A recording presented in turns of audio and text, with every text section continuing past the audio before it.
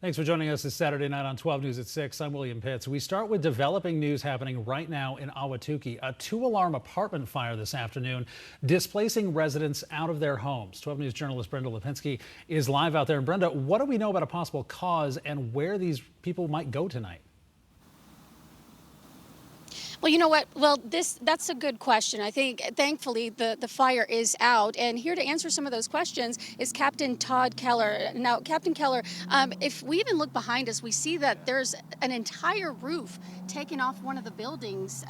What exactly happened? So around 3 p.m. this afternoon, firefighters were dispatched to the area of 48th Street and Warner for multiple reports of a structure fire. And as crews arrived, they had flames and smoke coming from the second floor of a 2-story apartment complex. As you can see, that roof did come down, and that's when command switched to a defensive operation.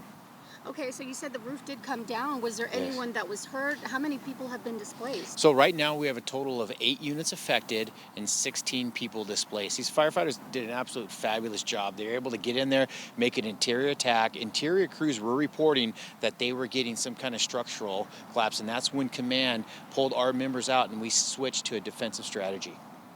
Well, thankfully everyone was able to get out. Are there any resources that are available to residents who have been displaced? Yes, absolutely. That's a great question. So what we have our community assistance program, and those members will work in collaboration with the Red Cross. A lot of times they just come out by themselves, and they'll work with these family members that have been displaced. They'll get them housing and get them food and get them clothes, because as you can see, that this apartment is a complete loss with 8 units affected.